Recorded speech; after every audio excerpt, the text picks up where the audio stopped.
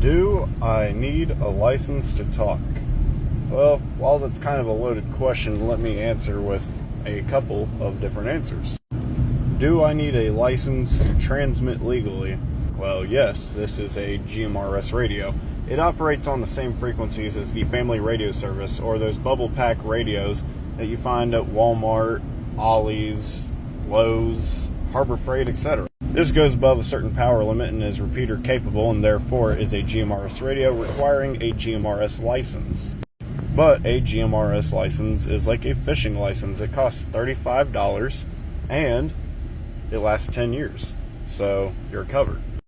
Plus it covers the whole family. So if my wife is sitting right next to me and she wants to grab that hand mic, she can go ahead and do that.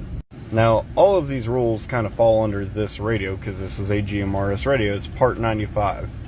Now, if you go to these type of radios, this is an amateur radio. It falls under a complete different service. These radios operate on 144 to 148 and 420 to 450 megahertz. Now, as you figured, this thing requires a whole different license.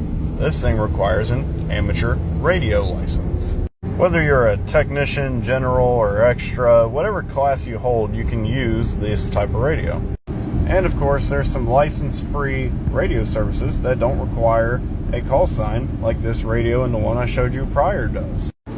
Such as the FRS bubble pack radios that fall under the same frequency as GMRS radios, or the multi-use radio service, or MERS, that businesses and people can use alike.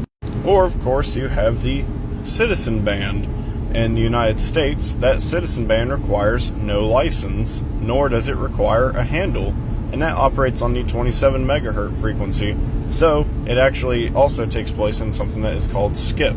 So that's a good license-free way to talk to people who are far away with very little power and with no license. Now, of course, if you're looking for an emergency communication type, I recommend getting an amateur radio that's unlockable so that you can talk on all of these frequencies.